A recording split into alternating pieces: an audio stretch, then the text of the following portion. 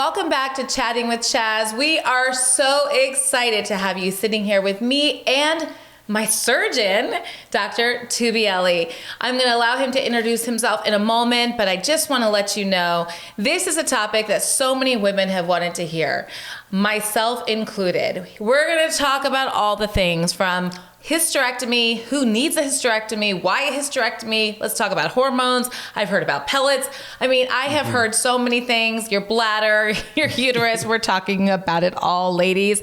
Let me introduce my friend, Dr. Tugbiyele. Tell us about your wonderful self. Wonderful. Thanks for having me on, Chaz. So my name is Dr. Stephen Tugbiyele, and I practice in the Metro Atlanta area. I'm a board-certified, fellowship-trained urogynecologist and reconstructive pelvic surgeon, and I help women with pelvic organ prolapse, bladder leakage, hormones, menopause, and improve their quality of life, pelvic floor support, and restore confidence. And that's what I do. Restore confidence. I feel like that is a big thing for women as we enter into this age. And some women it's starting earlier, some women it's starting later. Yep. I haven't gone into the actual phase or change.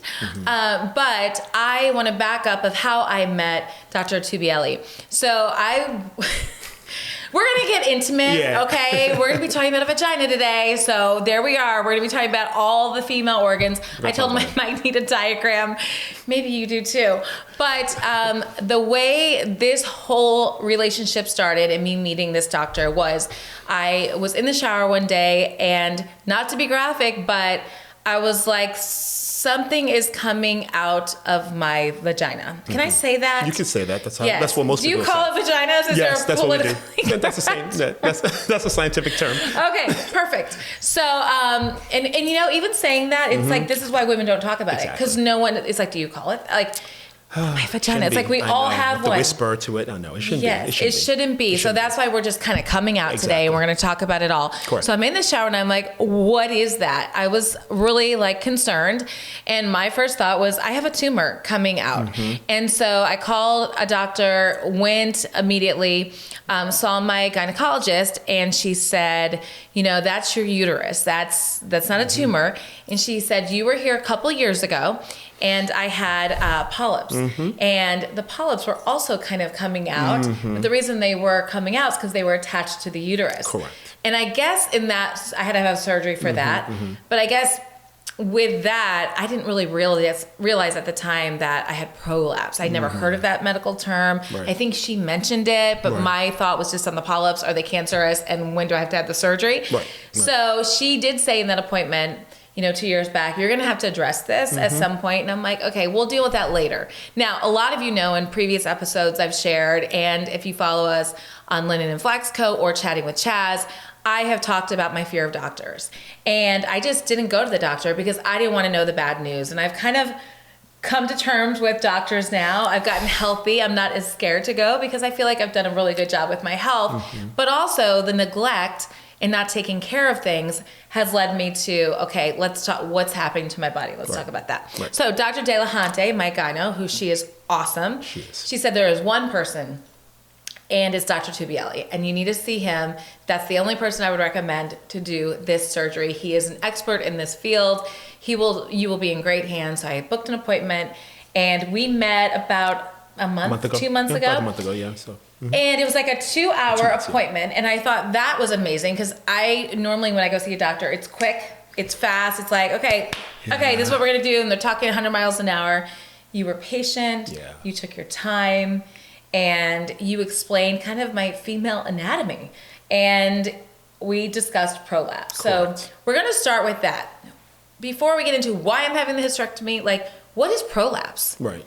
Yeah. You want to explain that? And you can even explain like my severity or I'm free with it. We're going to share the journey. Sure, no problem. So it's funny, you know, all what you said is so true, Chaz. A lot of women are afraid that's how they find it. Either, oh, I was in the shower and I felt something. The shower is very popular, you know, maybe because you're just relaxed and you're standing and gravity, or women will say, when I was having a bowel movement, all of a sudden I felt something coming out of me. And so those are the times when women typically feel it, and they're afraid because you feel it's like a tumor or whatever the case may be. And so, yeah, women don't talk about it. They feel like they're the only ones. You have to whisper. You can't talk talk about it. But this is, prolapse is very common. It affects many, many women. Up to 25 to 50% of women who've had children. Up to 25 to 50% of women have prolapse and just don't know it yet because the symptoms are vague, which we'll get into. Initially, they're vague until you see the bulge, right? But what I tell my patients and what I tell women is they don't have to live or put up with it. They're good, safe, and effective solutions that can help improve a woman's quality of life, confidence. And so it's not something to be afraid or be ashamed about. You didn't cause this, especially a lot of women like yourself who've taken good care of themselves, eating well, exercising, and doing all the things. But then what is this? Well, we can't stop the aging process as we do the best we can, but that's the thing. And we live on planet Earth as gravity, right? So a lot of women have had children. That's what I was going to say. Is it gravity or is it children or is it a mix? All of the mix, all of it. Even women that maybe never had children could develop this? It's more common. Prolapse is more common in women who've had children compared to women who have not had any children. It's more common in women who've had vaginal deliveries compared to women who've had only C-sections because of the impact on the pelvic floor. Yes. Yeah. And I don't know if high birth weight, but I had 3 kids vaginally. Yeah. And my last love of my life was 10 pounds. It almost broke me. So, in fact, I think it did. We had to repair some things. Exactly, yeah. But so I think high birth weight is also absolutely, a factor. it's another factor. And so, usually, vaginal deliveries, women who've had children versus compared to women who had no children. And then later on in life, it's whether it's heavy lifting, menopause then becomes a big one, right? That's where, the problem started years back. And that's what, and yes, I agree, Dr. Delante is fantastic. And she had told you that, you had the polyps. And usually women, it starts years before, but women don't notice it. Why? Because there's no bulge. But what are they noticing? Pressure all of a sudden. I felt pressure years ago. Yep. Years ago. A falling out sensation sometimes, maybe pain with sex, depending on the position. Having to all of a sudden, women will say, why do I have to lean forward to empty my bladder or lean back to have a bowel movement? That kind of a thing, is right? So true. Yeah. Or some women have to stand up because there's something positionally going on. And this How about a tampon? Can't put a tampon in. I'm like, why is this not going in? Yeah, like it used to. Yes. Or some women have to press to have a bowel movement. They have to press around the rectum, vagina to have a bowel movement. They don't tell anybody else, they tell me. All of a sudden things, constipation. And then you're sent to the gastroenterologist, you're sent to this specialist, you get a colonoscopy, but all the while there was a defect in the vagina that's causing a pocket for stool to be trapped there. Hence, that's why women have to strain excessively. And so all of the things. And then by the time they in the shower or they feel it, there's a bulge, it already happened. It's about a stage 2 at that point. And I'll get to stages. So when we talk about prolapse, it is a bulge in the vagina that's caused by either a woman's bladder, the uterus, in a woman who still has a uterus, women who've had a hysterectomy, then either the cervix is there or the vaginal cuff if it was a complete hysterectomy. So if there's no cervix, then we call it the cuff, the top of the vagina. So that can prolapse, a vaginal prolapse that is. Or it could be what we call a rectocele, meaning the rectum bulging into the vagina. So the bladder can cave down, the rectum can buckle up, the uterus or the vagina without the uterus can head towards the opening to the vagina. So that's prolapse. Wow. And we talked about risk factors, and it causes the symptoms that women feel until they feel a bulge. When we grade prolapse, when we say stage 1, the bulges, or grade 1, it's halfway in the vagina. So women don't see a bulge, but they're having all these changes in their bowel, bladder function, sex and things. And then when it's a stage 2, the bulge is at the opening to the vagina chest. And usually that's when, freak out and then maybe come and see me as a urogynecologist. When it's a stage 3, the bulge is outside the vagina protruding. When it's a stage 4, it's all hanging out. And you would think that who would wait that long? And a lot of women are afraid. Yes. They're scared. They're embarrassed. They don't tell anybody. 3? Yeah, 2 to 3, exactly. Okay. Yeah. So, wow. Yeah, and so you'd be. So it could literally come out. Yeah, and it won't hit the floor. And not to be funny, but a lot of women say, "Is it going to hit the floor?" I've got that question. It's not, but it can protrude to the point where it's like a fist coming out, and women feel like this thing between their legs. They're not men, right? Yeah. So yeah. Mm-hmm. So there's so many questions. Yeah. If you're a woman who feels the bulge and maybe you're working out. I would notice it, like if I walked 5 miles, I'm like, it feels like there's pressure there. Or if I did squats or something, would a woman maybe feel it more when she's working out? Do you say to stop working out, or it's That's not a good question. Working out is one of those things. Working out is healthy, right? Right. Because an increased BMI or being overweight is an additional risk factor. So working out, staying fit is important to prevent prolapse. So Why? But at the same time, yes, there are certain activities that increase pressure on the pelvic floor. So if it's uncomfortable when it's being done, yeah, we have to talk about it and we have to get to a solution so women can go back to working out and doing the things that they need to do. And have quality of life. Absolutely. I think that's really why I'm doing it. I mean, yeah. could I probably get around it? But today I was doing sit-ups. Yeah. And I'm like, every sit-up, yeah. I felt it Correct. moving. And I'm like, I am just so tired of this. Right. And so we don't, it impacts quality of life. And why should a woman have to feel like she can't work out and she stops running, she stops doing this, she stops doing that? What else is left in life to live, right? And I think it affects sex too. Absolutely, because I really wasn't having sex in my previous marriage and all of the things. And we get married and you notice it now. Of course. He's a saint and hasn't said anything, but I can feel it. Yes. And it's just uncomfortable. Of course, especially as a newlywed. I'm like, we're something's dealing with this. A lot of women feel something's being hit and they feel uncomfortable and all the things. Or they're embarrassed. And even worse, some women are so embarrassed they avoid it, create an excuse, blah, blah, blah. And then one day turns to 1 week, turns to 1 month, turns to a year because of prolapse. Yes. And it affects the relationship, all the things. So it does affect relationships, I believe. And I think it affects your quality of life. Absolutely. And so then it's like, well, who's a candidate? So you just explained if you could be stage 1, 2, 3, possibly 4. I decided to do a hysterectomy. So you decide if you're a candidate by the stages, and then is the hysterectomy the only thing to do? Are there other options? Let's talk about that. So, that you do, maybe. Absolutely. So I've been in practice for 20 years, board certified, fellowship trained. So I'm trained to counsel my patients. And as you notice, I don't rush my visits, right? This is not we can't have this conversation in 10, 15 minutes, right? This is important. We got to talk about this, right? And I think it's being married to 22 years to a wonderful woman myself. She's in the house. She's awesome. So you got to talk about this, right? And so I have a full conversation with my patients, and just like we did, and I lay out all the options on the table. And so one option that women will think about is, okay, will pelvic floor exercises or Kegels help me? Well, pelvic floor exercises or Kegel exercises, the muscles that women squeeze to stop the flow of urine or stop gas from coming out, those Kegels that everyone says to do, they're helpful in between the babies, right? In a woman's 20s, 30s, when she's just recouping those pelvic floor muscles after maybe childbirth. After menopause, those muscles are not quite as effective in treating prolapse. Once the process is started, working the muscles beneath are not going to make the bladder or the uterus go back against gravity. It's not. That's not going to happen. So it's good for prevention, right? It's good for and then if you're younger, Kegel. Yes, I tell my patients, don't stop Kegeling. Just keep Kegeling. Keep Kegeling. That's our next coffee mug. I always, and women come to see me. They're embarrassed. They don't want to be there. Nobody wakes up. Nobody wakes up and says, "Oh, I'll go see your gynecologist," or "I want surgery." Right? So I kind of try to just make light of it. I'll say, you hear an apple a day keeps the doctor away. Well, 100 Kegels a day keeps the urogynecologist away. Oh my gosh, I love that. So if you don't want to see a urogynecologist, keep Kegeling. Keep Kegeling. I love that. At some point, a lot of women will see me and say, "Okay, doc, I've been Kegeling. I'm exhausted." So. And I know that there's places where you can go and work out and do physical absolutely, therapy. and they're great. I have my wife is, she got her initial degree in physical therapy, so I respect physical therapists. They're great at what they do, and we send patients to physical therapists if they're seeing me maybe a stage 1 or grade 1. That mild prolapse, it just began. It just started. It's not at the openings of vagina. It's and they're just having mild symptoms. Yeah, let's send you to physical therapy. Once a week for about an hour, they'll work with you in person, and they'll give you home exercises, and there are hybrid options nowadays. So it's something that a modern woman can fit in her schedule, right? Over the course of 2 to 3 months, get you better, get that pelvic floor back supported, and you can live your life and enjoy. Right. So that's one option. But when it seems like pelvic floor exercises are no longer going to be effective, then there are things in the office we can offer, like a pessary. And so what is a pessary? It is a device. It looks like a ring. There are different shapes and sizes to it, made of silicone. Not the, if women Google pessary, they may say, oh, it's not one of the older pessaries that were made with rubber and latex and all the things. No, it's made with silicone.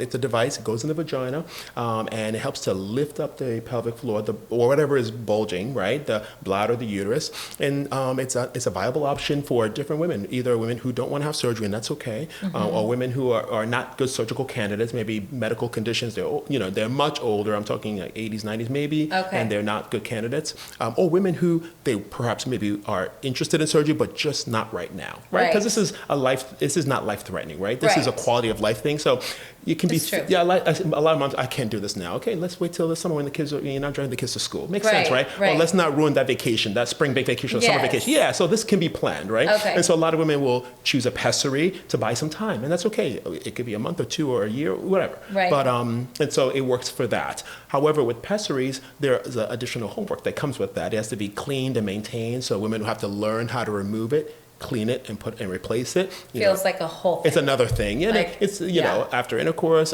maybe with a period, so there might be a little bit more discharge. Some women, not all, may have an odor, so it's a foreign body, but it can buy time. And for women who are able to remove it, clean it regularly, it works for them. They put it in when they're about to go in, before they go on their run. I had a patient who was a marathon runner, right? Her 5Ks, 10Ks, and so that's the only time she would either leak or feel it. So she put it in for that, and then afterwards she didn't really quite need it. Okay. So that's great. So Gotcha. it can work around a woman's lifestyle.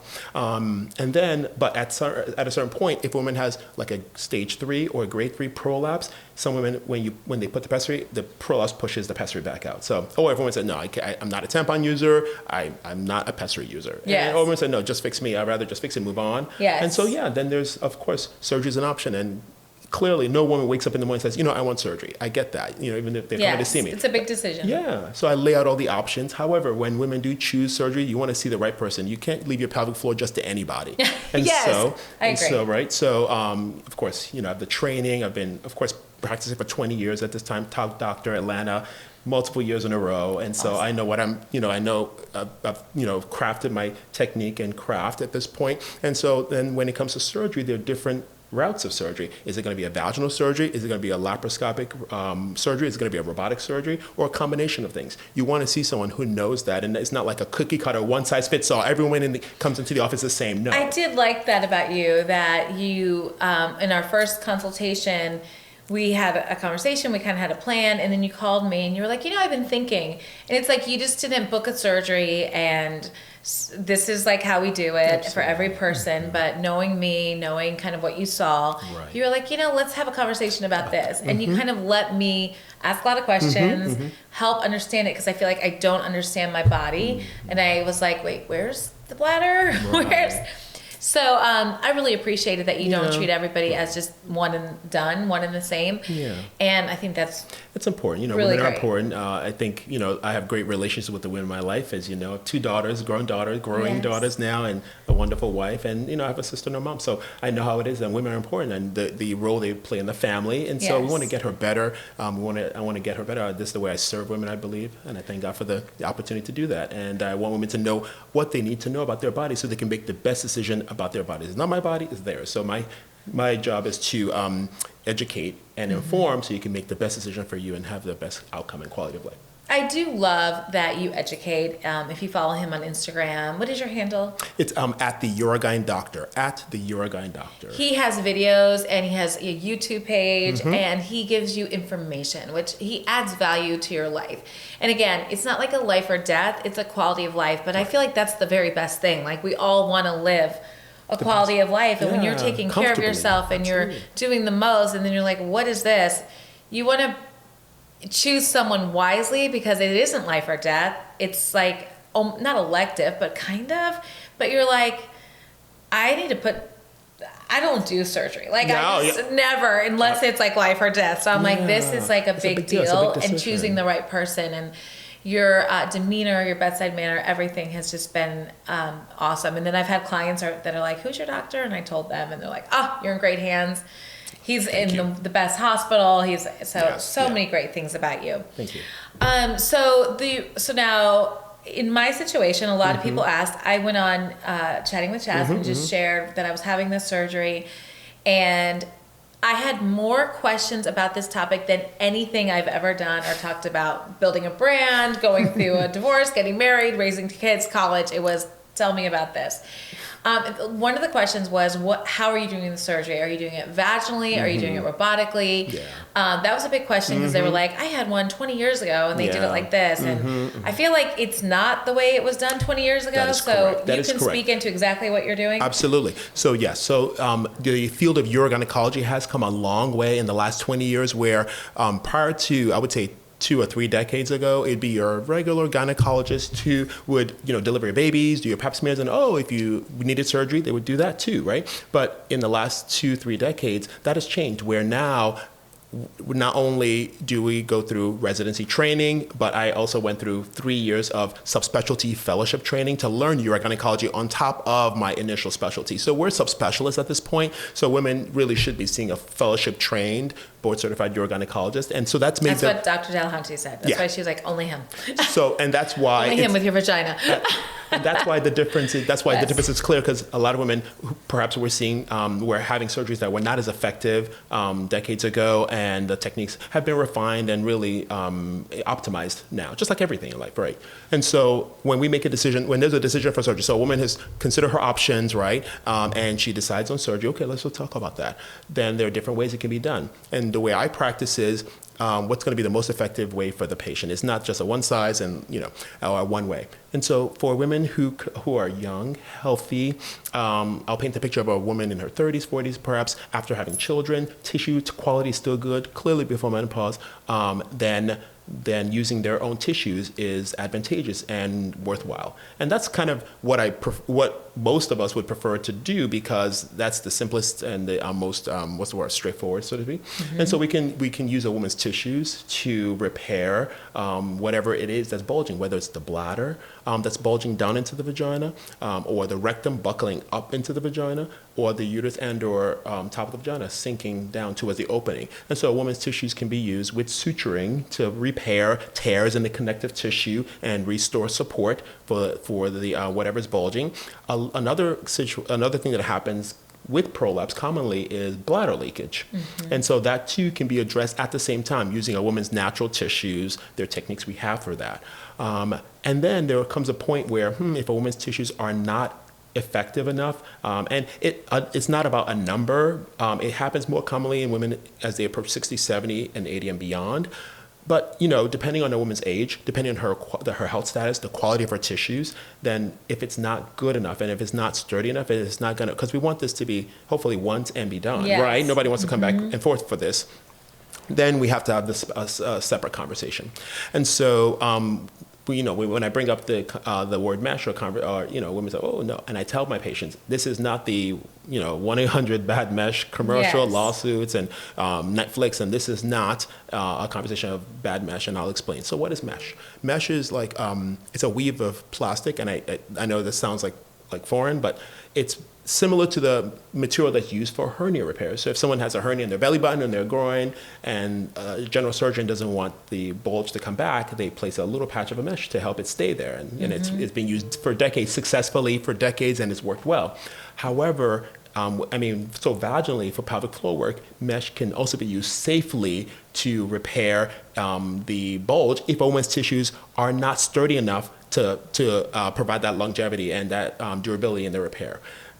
Now, the issue is, how do we place the mesh? We don't do it the way it used to be done, where women say, well, I heard about this, and I read in this Facebook group where mesh was placed through the vagina, transvaginal mesh, and scarring and pain. And, well, mesh, unfortunately, used to be done that way, placed vaginally for repair, because it was like, oh, yeah, simple, easy, outpatient. Women go home the same day, and she can return back to her life. And it was well-meaning. However, the vagina, we're going to talk about vaginas today, right? Yeah. There's normal bacteria that live in the vagina, hundreds, that cohabitate naturally, need to, right, to maintain the normal pH through the vagina, to help to prevent infections. It's its own ecosystem, right? But when you place a foreign body that much, like the size of my palm, well-meaning as it was, if it can get infected easily, it may not heal right, and that's where all the quote-unquote stories of pain and bleeding, and they have to go back and trim the mesh out. So I've seen women, unfortunately, who've had those older dated procedures and we have to repair and redo, and nowadays the women who see me, that is not the case. So if there's a decision for surgery and there's need for mesh, guess what we do? I place it robotically, which is what we're doing. Correct. And that's like night and day, because we're not placing it through the vagina where there's hundreds of bacteria that live there and can infect the mesh. We're placing it in the abdomen, right? So it's a sterile field, similar to like a hernia repair, and that is like night and day. And nowadays, and for the last, for my career, I'm able to now do robotic surgery. Right. Fantastic. So before we used to have to do a major incision on the abdomen and do this great procedure called a sacral colpopexy. do an open incision now. We do it laparoscopically, robotically, tiny incisions. It's like 5, you said? Yeah, 4 or 5 incisions. Okay. And I use these instruments like the width of your pen, even smaller than this pen, has little graspers on the end. And then we do, so the Da Vinci robot is attached to the patient, right? And then I'm off to the corner in a console. We call it almost like a pilot's cockpit, right? Controlling the arms of the robot that's doing work in a woman's body.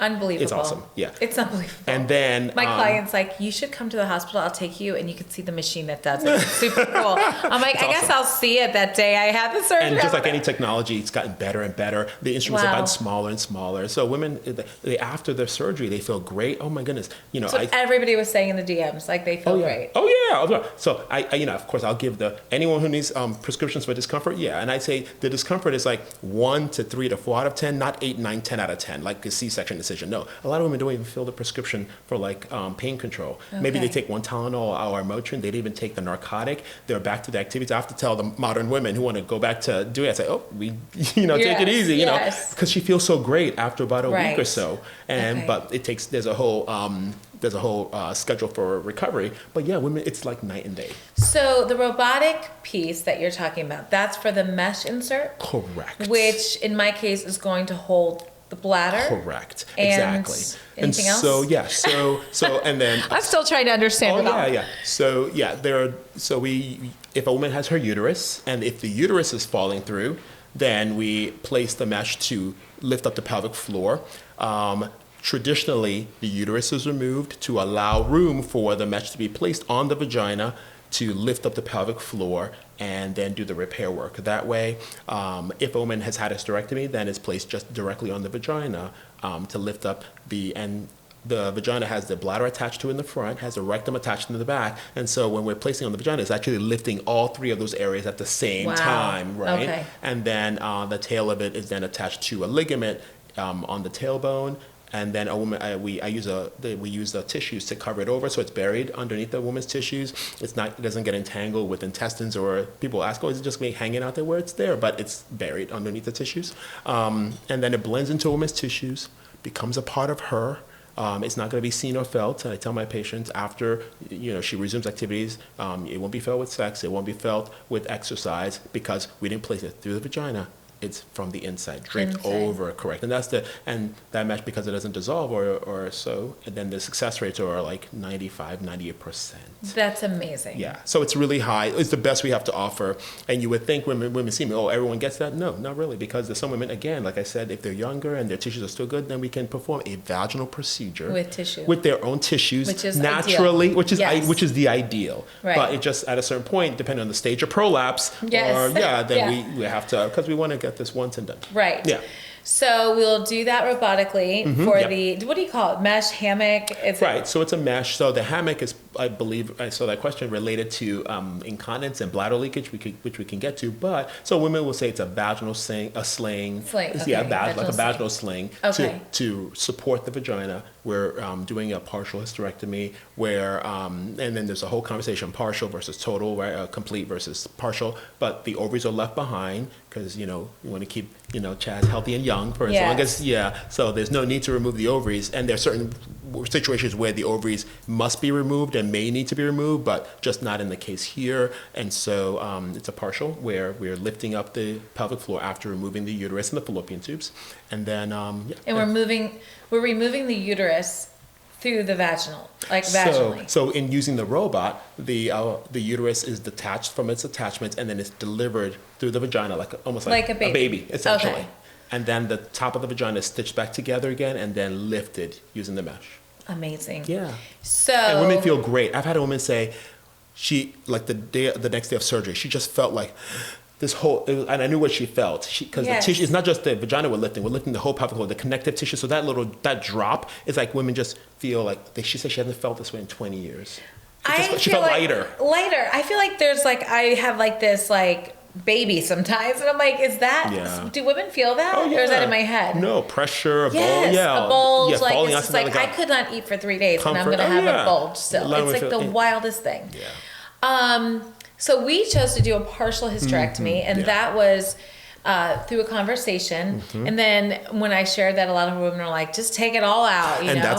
So let's talk about that. Yeah. Yes. So, you know, sometimes I feel like I'm the one defending a woman's ovaries than she is. You know? Normally, and I don't have we're ovaries. afraid. We're like, just take it all because we're afraid of cancer, right? That's what everybody says. Right, exactly. But tell us why you feel like it's important. Yeah, so it's a conversation again. Yes. So what's the, you know, the rate of ovarian cancer is like 1 in 90 to 100 women. So not every woman gets ovarian cancer. So if we remove the ovaries in every single woman, okay, we save one ovarian cancer, but 99 women have to go through unnecessary early menopause, right? So there's logic and thought to it. And so there are reasons why clearly the ovaries would need to be removed. So if a woman has had a history of like multiple ovarian cysts, it's impacting her quality of life, pain, she doesn't want to think about even going back in the pelvis, okay, they can be removed.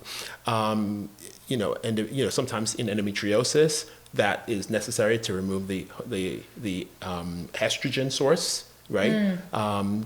That kickstarts endometriosis, or some women have a high risk of family of cancer, ovarian cancer, right? Clearly, no brainer, right? And she's breast cancer that has receptors positive for estrogen, no brainer, right? Because she's like, your life versus my hormones, the things we can work around with the hormones, right? Yeah, you want to be around for your kids and raise your family, all the things. And so outside of those things, or scar tissue or pain or things, then a lot of women, that's not the case. Another case is women who are studies will show after the age of about 60 to 65, they're just hanging out, right? And so most women go through menopause in their late 40s or early 50s. There's still an additional benefit to a woman's natural hormones in that decade of life, right? And so when women see me, and a lot of women see me during that time, they've raised their kids, they're independent, they're in college, and I have more time to myself. And what is this? I'm trying to get back to the gym, right? Yeah. 50s, 40s, that's when it is. Late 40s, it's like 50s. You finally put yourself. Yeah, you can reprioritize as a yourself. Priority, yes. Yeah, your family.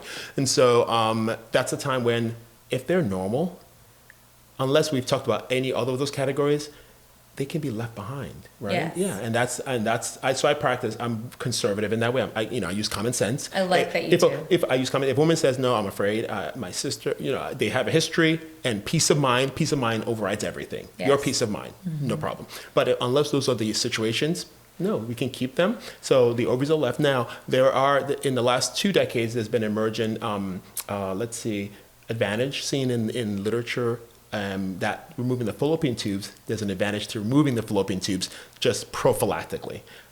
Some ovarian cancers that were thought to arise in the ovary actually arose in the fallopian tubes. That's where it started. And that's where it started. Interesting. So I just read that too. Yeah, so it was noted that, why do people who get tubal ligations have lower risk of ovarian cancer?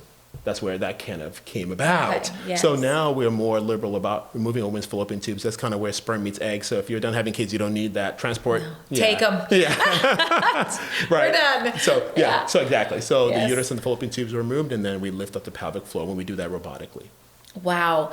Okay, so that is kind of his stance, and when we had a conversation, which I really loved that we did have a conversation, again, I felt very like I did not understand the anatomy, and I didn't understand the why of a hysterectomy, so I had a lot of questions, but I feel 100% confident that our plan, fallopian tubes, taking them out, uterus, and then keeping my cervix. No, we're going to take out the cervix. We talked about that. I had another conversation. I called you. So, and let's talk about that. We decided, he was like, you could leave your cervix. And I said, well, why do I need a cervix? What does it do? I really just didn't even know. And then you shared a little bit, and then we made the decision, like, you know what? I think I'm good. Why don't you take that as well? Yeah. And then we'll leave the ovaries because I don't think I'm perimenopausal. How do you say it? Perimenopause. Yeah. Perimenopausal. Yeah. I don't think I'm there yet. Everyone's different, depending on genetics and things. And I might be missing it, but everything seems to be normal. So I'm like, I don't want to like push myself into that. So I did feel very comfortable and confident with the decision to leave my ovaries. But let's talk about the cervix, because some people are like, why are you leaving the cervix? Yeah, so the cervix is kind of the entryway into... Or why are you taking it out? Yeah, the cervix is the entryway into the uterus. The cervix is what dilates when women are having a baby, and that's what they kept measuring. Is it 2? Is it 10 centimeters dilated? Yes. Now it's time to deliver. That's the cervix. That's the entryway into the womb. And there isn't hard science on with it being beneficial, well, a lot of women read, I've heard, or should I leave my cervix? Is it better for sex? Is it better for orgasms? And it's controversial. It's not like, it's plus or minus at best, and I'm on some of my patients, right? Yes. Yeah, and so everyone's different, and some women, it's part of that orgasmic experience, and other women, it's not a major one, and so we have a conversation about it. Are there times when we need to remove the cervix? Oh yeah, if a woman's had a history of abnormal pap smears, we don't even want to risk that. Right. Yeah. Or if there's any abnormalities on the cervix or fibroids, we're not going to play around. Right. But if that's an option for women to leave their cervix, if they either strongly feel strongly about that, but the information on whether it's beneficial for sexual function or not is controversial. There's studies that say that it is, and other studies that says it's not. And the major organ for pleasure for women is the clitoris, the opening to the vagina, the nerves. And not the cervix. Yes, you have to know your body. You got to talk about And I was thinking, I don't think it's the cervix for me. I think it's and even the other spot. 100%. So then I was like, yes, if that's the function of it, with babies as well, then we're done with that. Yeah. I think we're good. So that was why I made that decision. Yeah, exactly. And there are certain situations as a reconstructive surgeon where I would advise a woman to leave a cervix. If a woman has a short vaginal length, the average length of the vagina, we measure this during a pelvic exam as your gynecologist. The average length is about 7 to 8 centimeters. And anything longer than that is extra. But anything shorter than 7 centimeters, so like 6 or below, that can be so short that can pose an issue with painful intercourse in the future and those kinds of things. When a hysterectomy is done, when the cervix is removed, it does take about 1 centimeter of the top of the vagina because the cervix lives there at the top of the vagina. Yes. So if going from 7 to 6 centimeters or 6 to 5, if I can avoid that, I'll tell a woman if she's had normal pap smears, no issues with leaving the cervix, and she has an average length vagina and don't want to make it short, then I advise leaving the cervix. Okay. So I'm really strongly about that in that very important sense. I think that's a really good point. Yeah, so because we don't want to cause pain with intercourse afterwards, we can prevent that. And the mesh, if we use mesh, is draped over the vagina, and then the cervix, and then that's just lifted up. Okay. Because we want to avoid a different problem. Yes.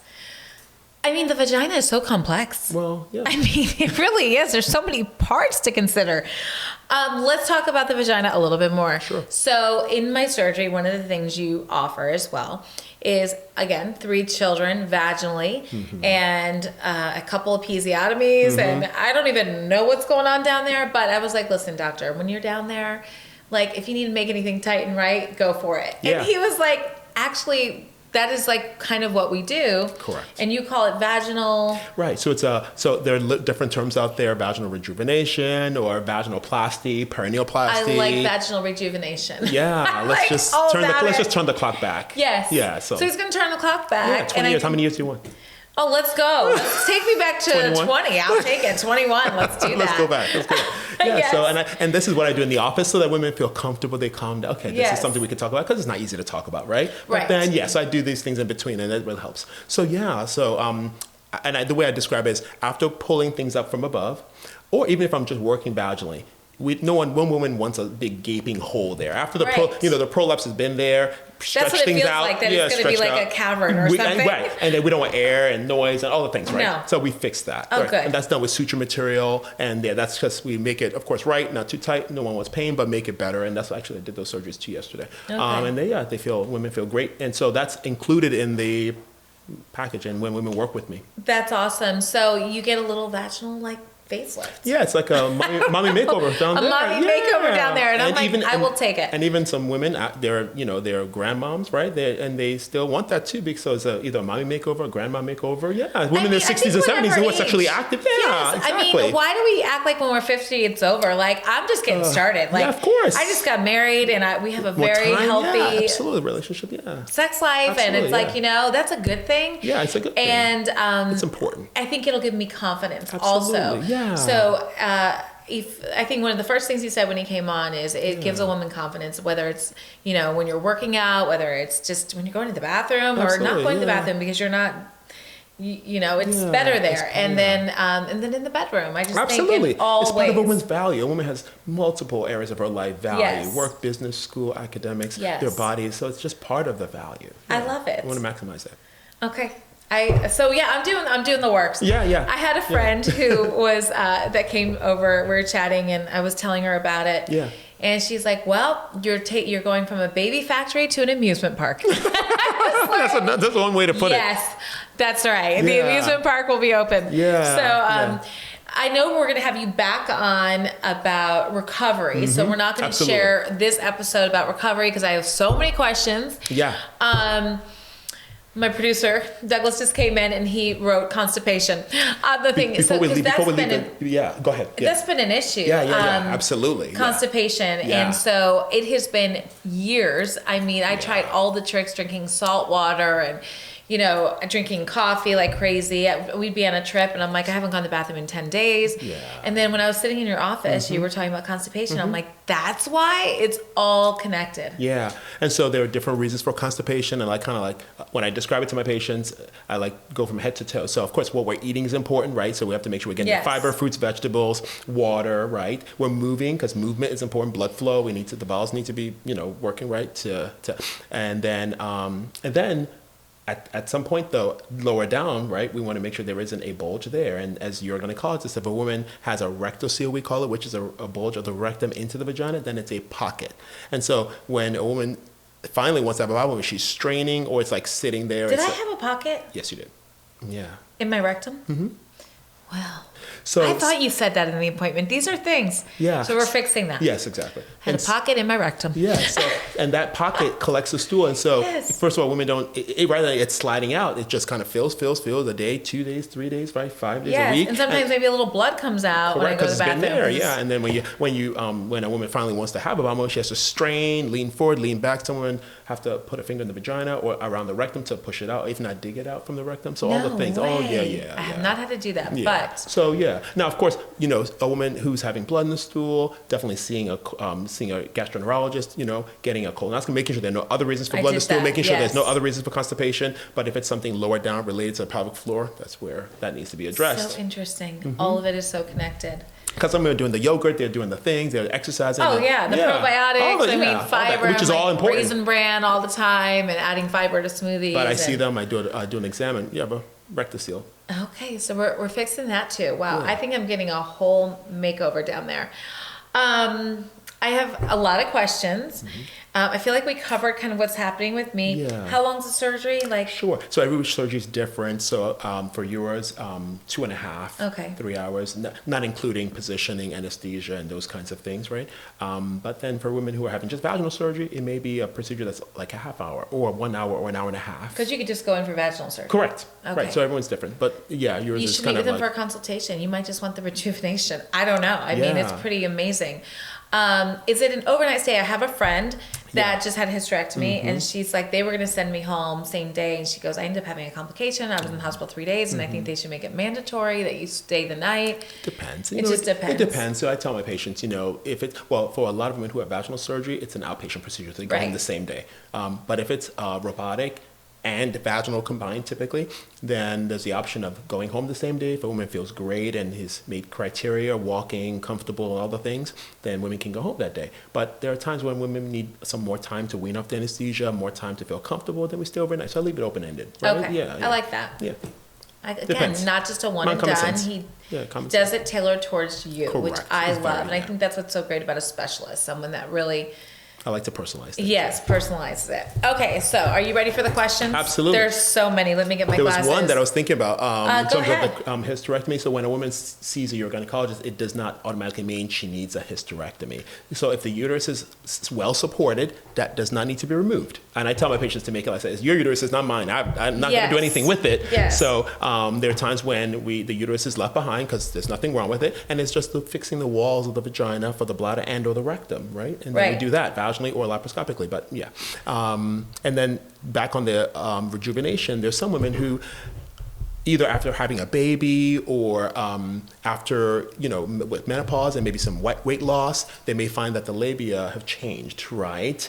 Because the labia. Yeah, that changes. Let's talk about that. Yeah. It does change. And I had a few ladies say, have him fixed the labia. It's made a world of difference. I didn't even understand what that meant. Right. Talk about that. Right. And so it's not just something that if a woman brings up, I'm not kind of the point who says, oh, you know, planting the thought and say, oh, you should fix that. You know, if it's okay, it's okay. And granted, there's so much variety in labia, so there's not the one perfect picture. That's another thing. However, if a woman has an issue, it's dragging. One now is longer than the other after having a baby or after getting older, or they're sagging because they don't have they're not as plump as they used to be, right? And then they're hanging low. The labia is the lips, and yes, I had to Google that. That's where I'm at with my anatomy. But that's why we're here. That's why we're here. Yes. Yeah. So different things can happen if it gets elongated, it pulls in. You're wearing biker shorts, or or trying to work out and it's dragging. Yeah. Or doing intercourse with one's dragging, different reasons. Or sitting on a bicycle seat if it's...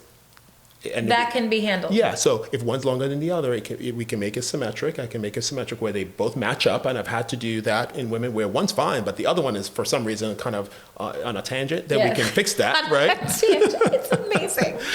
Or if they're both kind of like, then we can match them up and make them normal, and women are thrilled by that. So now we're all gonna go get our mirrors and check. I know I am. And there's variety. There's a variety of normal. What's going on down there? There's no perfect picture, but if it's started waxing for the love. Yeah, and a lot of them are doing a lot of grooming practices and paying more attention to it, where a generation ago, that was never, yeah.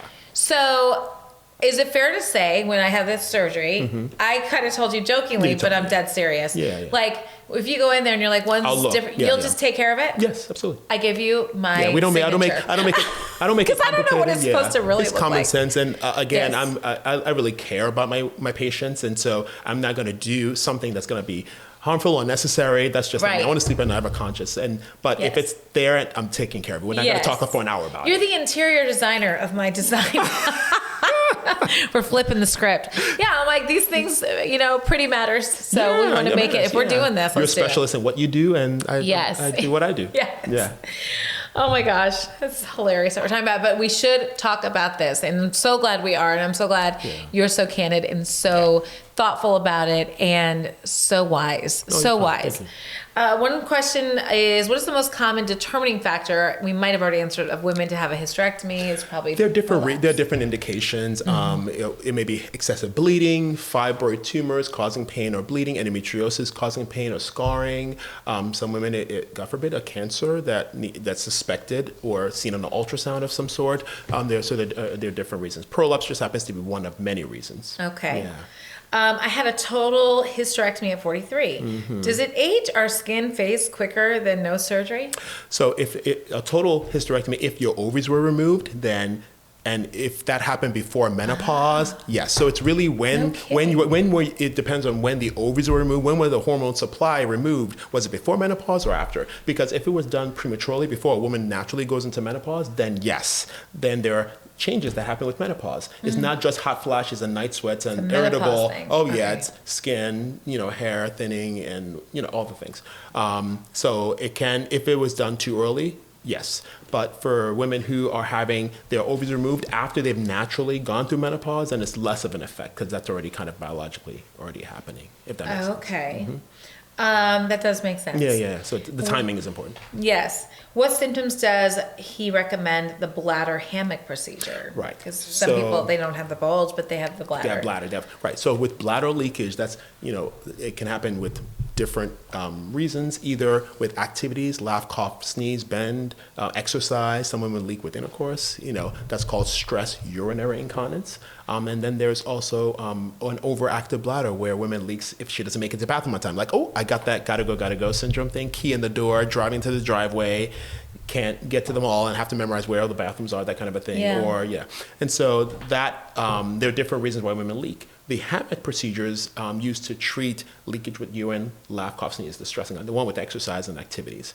And so that procedure is a sling procedure, we call it, where it's a ribbon. Imagine the mesh that we're going to be using for the bladder to lift up the pelvic floor. This sling is the same material, but it's shaped as like a ribbon or like a shoelace. Okay. And so we use that to support the urethra.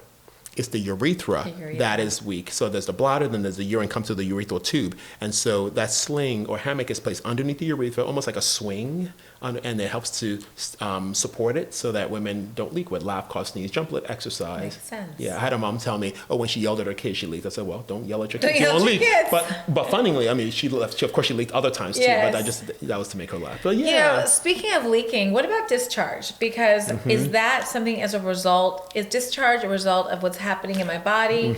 Because I've noticed that, and I remember asking my gynecologist, like, what's with the discharge? I don't remember having this before. Yeah, because when things are hanging lower, especially the uterus, the vagina lubricates itself, right, through the vaginal walls, but then some of the lubrication comes from the cervix.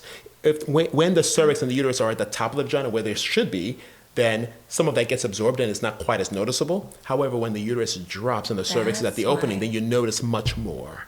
And that's where that comes from. Okay, so that should kind of fix. Yeah, correct. Oh, I'm so excited about that. Okay, what are the chances of, we kind of discussed that, of ovarian cancer? You kind of already hit on that.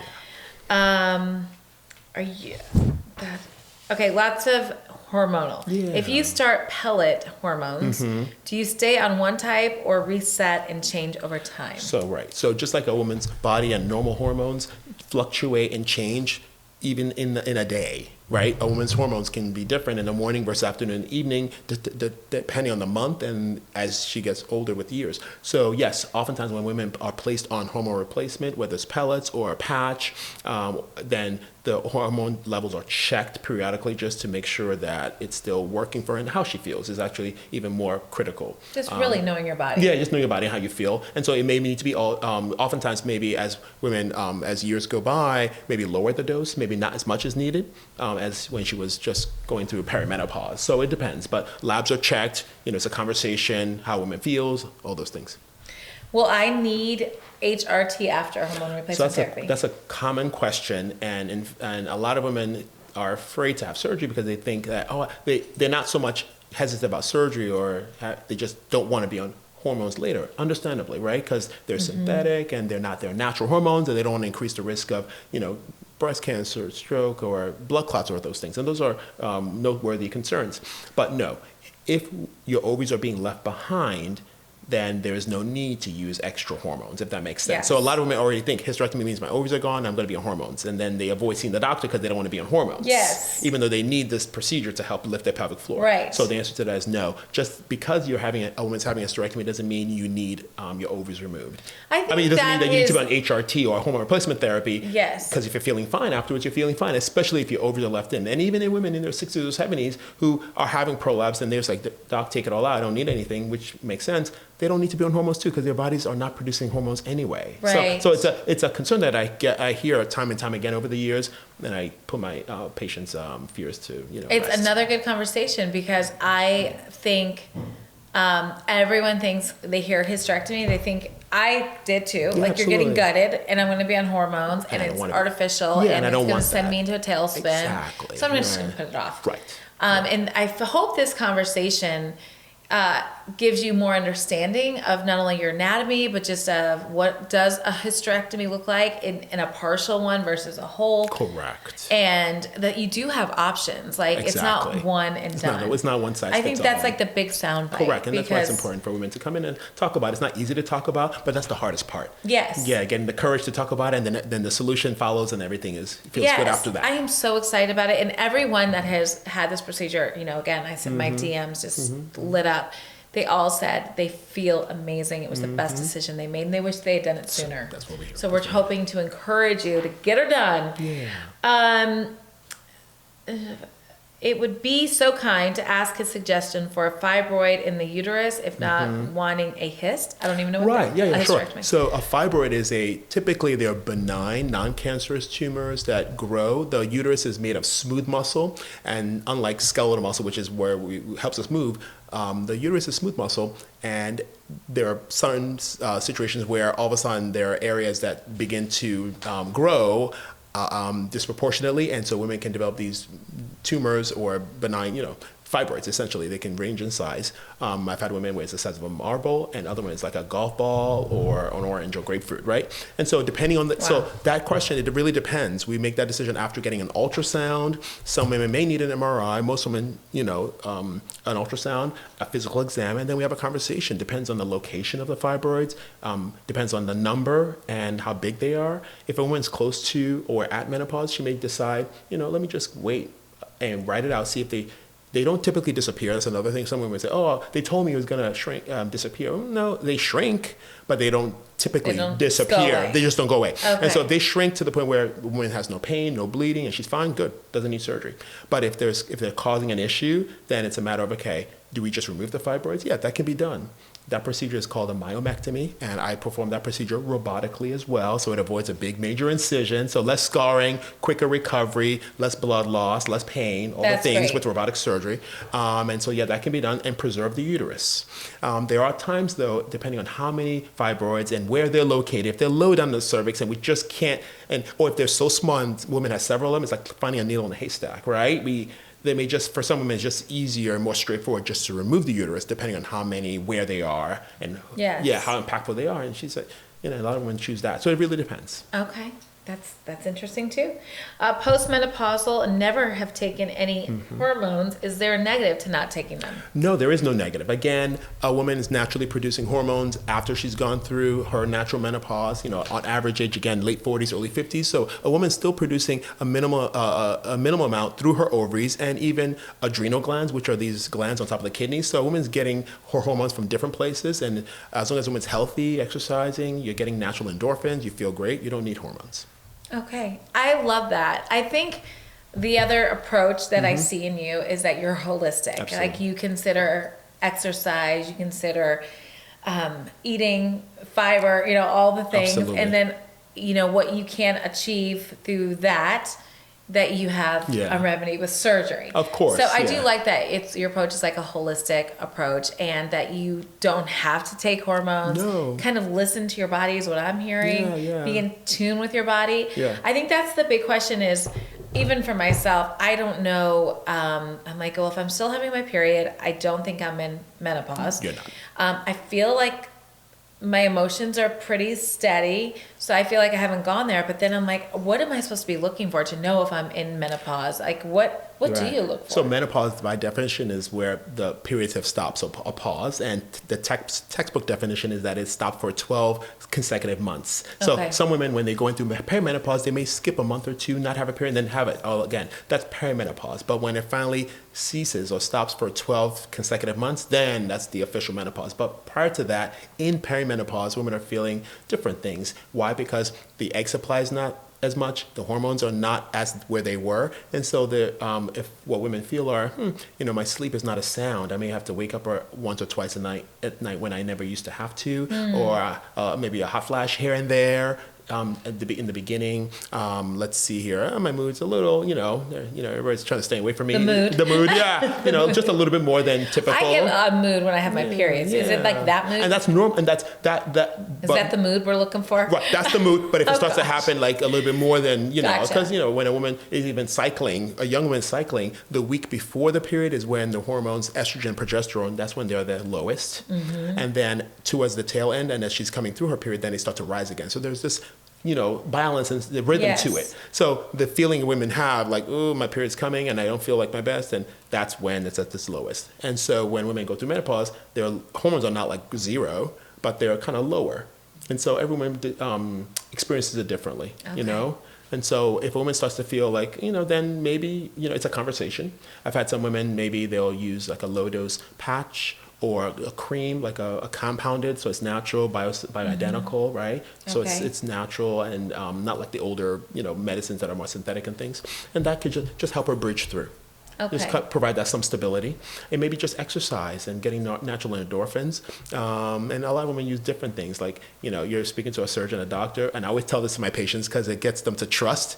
But I'm married to a woman who, she uses essential oils and she uses things that are natural, and some women want to use natural things, and that's fine. I love that. And I tell people, she married a doctor, but she doesn't go to a doctor unless she has to either. So I don't take it personally. I don't take it personally. Yeah. I love it. Yeah. So they're and different. I love the natural health approach. Absolutely, and yeah. so I love that Absolutely. you consider that. I even recommend the things that she uses, and it has worked for a lot of my patients. Okay, well, we might have to get her on too, Yeah, the whole so- natural approach. And it's a balance there, right? And so the medicines are there for women who need them, and it works. But then there are other options prior to that. Women do there are a lot of natural options. In fact, nowadays more than ever. Yeah, and I love that. Yeah, absolutely.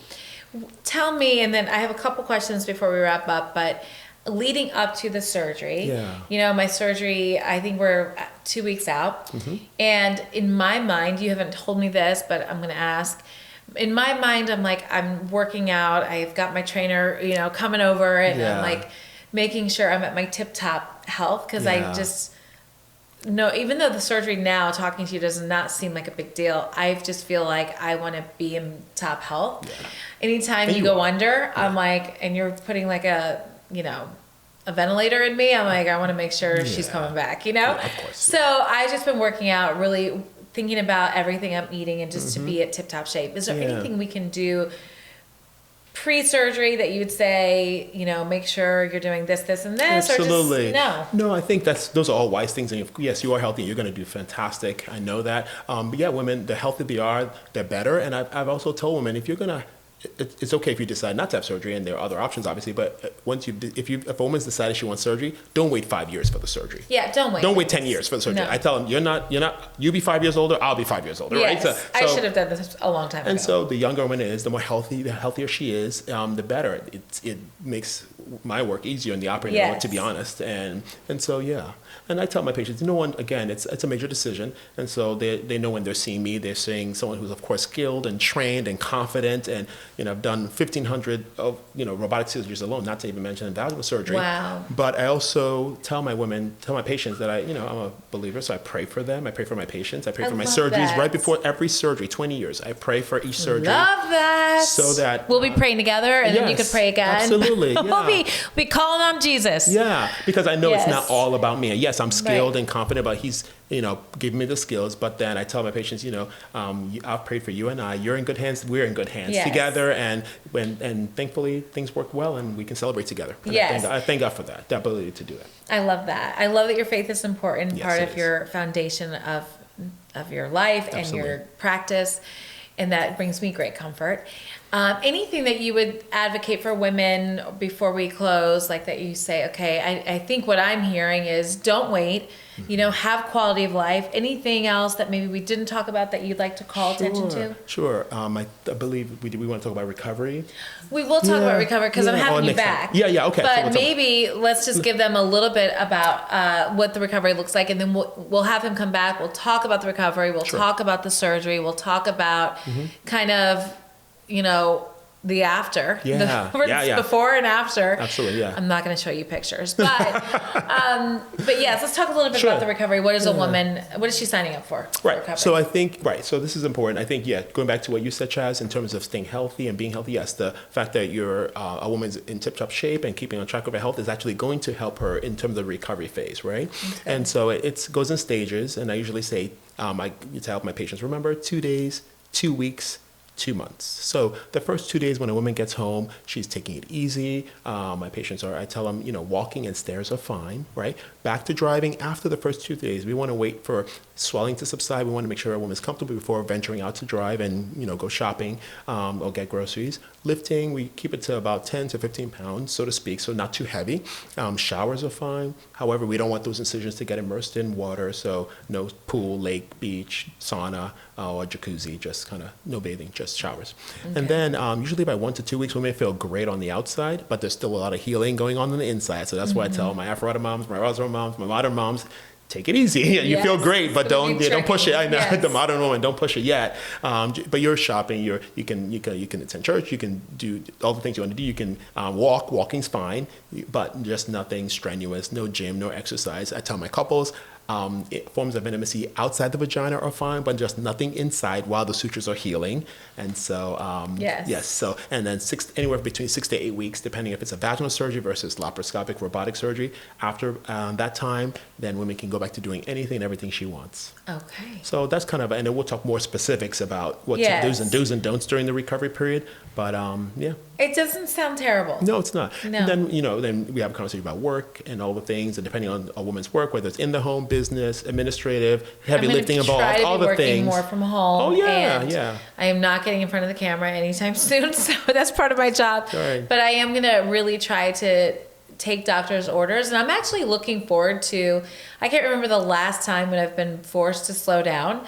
So I'm kind of thinking about books I want to read and shows I want to watch. Absolutely. And, just spending time at home, recovering. And you can, a lot of thinking time, creating time. Yes, a lot of creating time. Yeah. Plan that out, and then, yes. Yeah. So I'm looking forward to it. I'm like, I don't know if I'm looking forward to the surgery as much as I'm looking forward to, like, the recovery of just kind of being still for a minute, letting my body recover.